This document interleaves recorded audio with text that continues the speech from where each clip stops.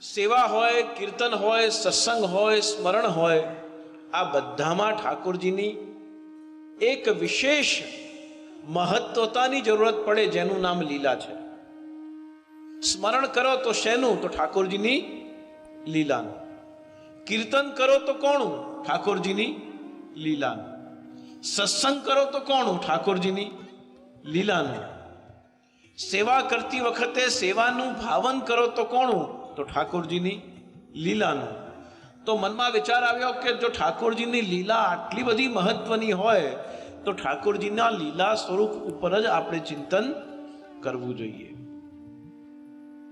ભાવ હોય તો ભક્તિ થાય, પણ તે પહેલા પણ શ્રી મહાપ્રભુજી આપણને એક કેટેગરાઇઝેશન આપણને કરીને આપે છે કે ભાવ પણ ક્યારે હોય કે જ્યારે તમને રુચિ હોય. રુચિ ક્યારે હોય? જ્યારે તમારી પાસે બે પ્રકારનું સાધન હોય. એક કોઈક વૈષ્ણવનો સંગ હોય અથવા પોતે ગ્રંથનો સંગ હોય. બે રીતે સાધન થાય. રુચિ સાધન પ્રેમા ચેતી. ભગવાન ચૈતન્ય મહાપ્રભુએ સાધન ભાવ પ્રેમા ચેતી એટલે સાધન પહેલા હોવો જોઈએ, પછી ભાવ પ્રગટ થાય અને પછી ભગવાનમાં પ્રેમ થાય, પ્રીતિ થાય, એવું કહ્યું. શ્રી મહાપ્રભુજી કહ્યું કે મને થોડોક આમાં ફેરફાર કરવા દો. શ્રી મહાપ્રભુ વલ્લભાચાર્ય કહ્યું રુચિ સાધન પ્રેમા ચેતી એટલે કે પહેલા રુચિ થવી જોઈએ. આજે બહુ જ મનપસંદ સિરિયલ આવવાનું છે અથવા તો આપણે કોઈક વસ્તુ મનોરંજનની અથવા તો વિશેષ સામાજિક રીતે કોઈક વસ્તુની પ્રધાનતા છે અને તે જ દિવસે કોઈક સુંદર ઘટા કે સુંદર મનોરથ હવેલીમાં છે તો આપણી પાસે બે ચોઈસ છે કે તો આપણે એ મનોરંજનના સાધનમાં જઈએ અથવા તો શ્રી ઠાકોરજીના દર્શને જઈએ. આમાં જે નિર્ણય આપણે લઈએ છીએ એના ઉપરથી આપણી રુચિ નક્કી થાય છે કે આપણી રુચિ, આપણું ઢળાન કયા તરફ છે. અને રુચિ નક્કી થાય તો પછી સંગ અને શાસ્ત્ર એટલે ગ્રંથ અને ભગવદીયનો સંગ, આ બે સાધન વડે પ્રભુમાં પ્રીતિ થઈ શકે છે. તો રુચિ, સાધન અને પ્રેમ આ ત્રણ વસ્તુ જ્યારે દ્રઢ થાય ત્યારે સૌથી પહેલા આપણા હૃદયમાં ભાવનું પ્રાગટ્ય થાય છે. અને ભાવ આવે એટલે ભક્તિ કરવાની ઈચ્છા થવા લાગે છે. ભક્તિ આપણે કરવાની શરૂ કરીએ એટલે ઠાકોરજીના સ્વરૂપમાં ધીમે ધીમે ધીમે ધીમે આપણને આસક્તિ થવા લાગે છે.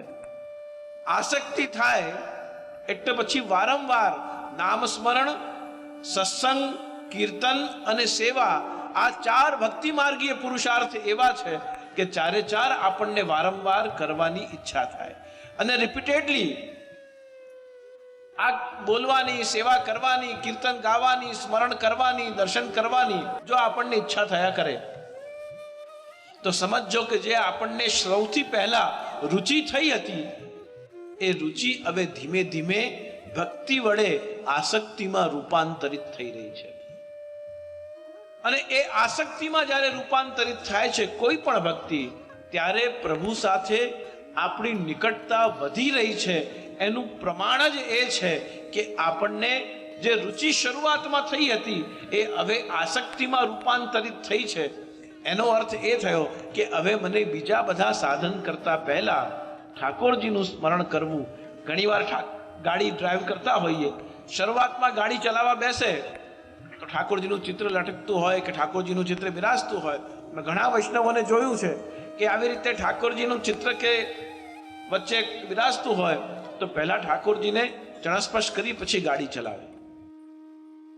ઘરમાં પ્રવેશ કરીએ તો ઠાકોરજીને વંદન કરીને, ઘરમાંથી બહાર જઈએ તો ઠાકોરજીને વંદન કરીને, ભોજન કરવા, પ્રસાદ લેવા બેસીએ તો ઠાકોરજીનું સ્મરણ કરીને, ભોજન કરીને ઉઠીએ તો મહાપ્રસાદને વંદન કરીને, કોઈનાથી વાર્તાલાપ કરીએ તો જય શ્રી કૃષ્ણ કરીને, અને ફોન મૂકીએ તો પણ જય શ્રી કૃષ્ણ કરીને. એનો મતલબ કે જે આપણને ભગવાનમાં રુચિ થઈ હતી એ રુચિ હવે ધીમે ધીમે ધીમે એટલી હદ સુધી ગઈ કે હવે આપણને પ્રભુમાં આસક્તિ થવા લાગી છે. અને આસક્તિ થાય તો જ લીલા સમજાય. ખાલી ભાવ આવે તો લીલા ન સમજાય, ખાલી ભક્તિ કરીએ તો લીલા ન સમજાય, ખાલી આપણને પ્રેમ થાય તો પણ લીલા ન સમજાય. પ્રેમ ઉદ્ધવજીને પણ ભગવાનમાં છે અને પ્રેમ ગોપીજનોને પણ ભગવાનમાં છે. બંનેની પ્રેમની વ્યાખ્યા સમીક્ષા અલગ અલગ છે. પણ લીલાને સમજવા માટે, કારણ કે પુષ્ટિ માર્ગ એકમાત્ર એવો ભક્તિ માર્ગ છે કે જેમાં આખો નિત્ય લીલાવાદ સ્વીકાર કરવામાં આવ્યો છે. ઠાકોરજીની જેટલી પણ લીલાઓ છે એ સમસ્ત લીલાઓ સાસા પ્રયોજનવતી, કોઈ પણ પ્રયોજન કે કારણ વગર ભગવાનની કોઈ પણ લીલાઓ થતી નથી. આપણું અહીંયા આવવું, આ હોલને નક્કી કરવું, અહીંયા સત્સંગ માટે બેસવું અને એ બેસીને પ્રભુની લીલાનું સત્સંગ કરવું, આ પણ પ્રભુની લીલાનું જ એક અંગ છે. તો આપણા મનમાં સંશય થાય કે જે વસ્તુ ન થવી જોઈએ કે ન કરવી જોઈએ કે ન બોલવી જોઈએ, એ જ્યારે આપણે બોલીએ છીએ કે કરીએ છીએ ત્યારે શું એ પણ પ્રભુની લીલા માનવી? તો પ્રભુ પછી બે પ્રકારની લીલા કરે છે, એક સ્વકીયા અને એક પરકીયા. બે પ્રકારની લીલા કઈ?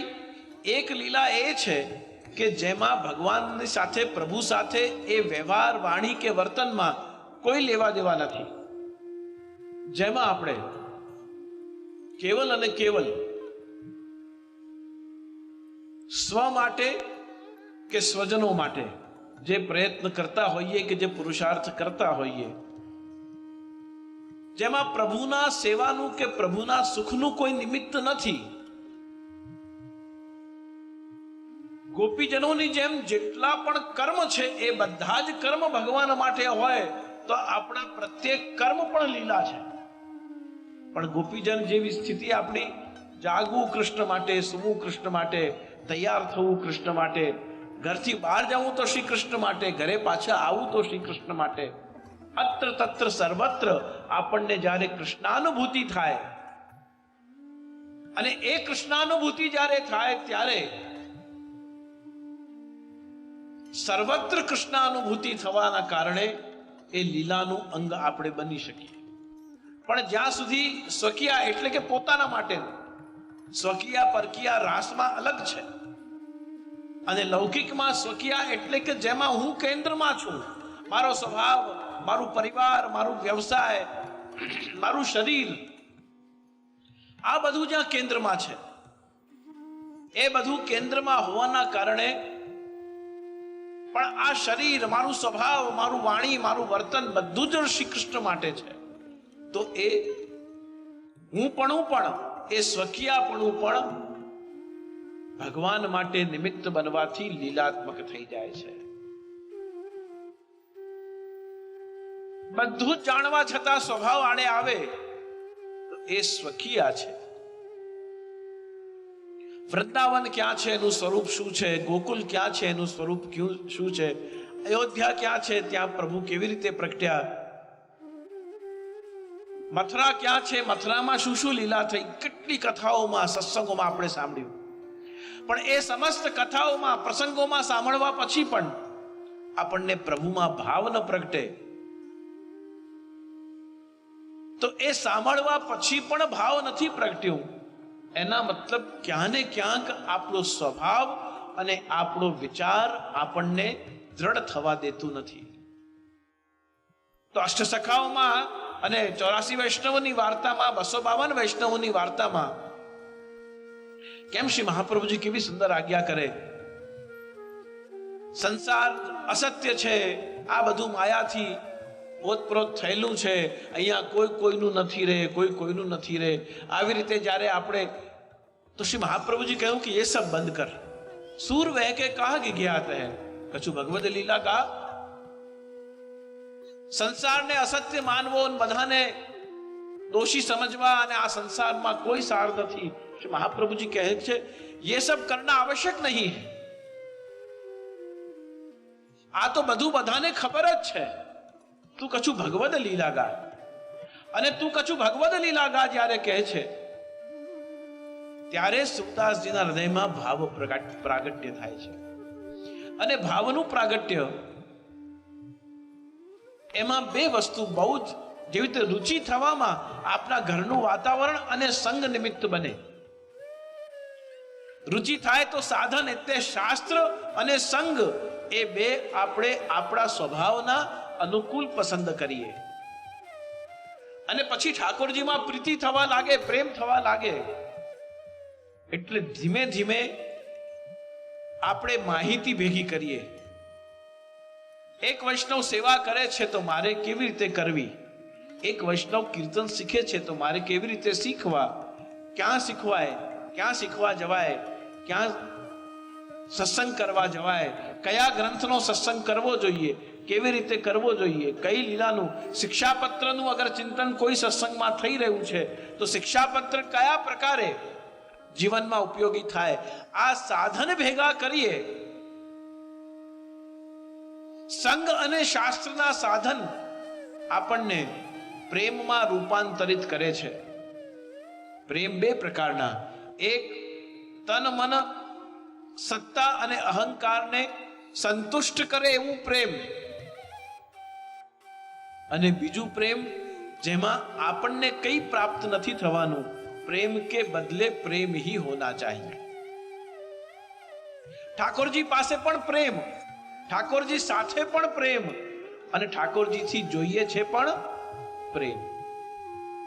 પેલા વિદ્યાર્થીઓને એકવાર ટીચરે પૂછ્યું હતું ક્લાસમાં કે બધા વિદ્યાર્થીઓ અહીંયા ઉભા છો, બધા આવ્યા છો, બતાવો મને કે વાય ટ્રીઝ આર ગ્રીન, આ બધા વૃક્ષો લીલા કેમ છે?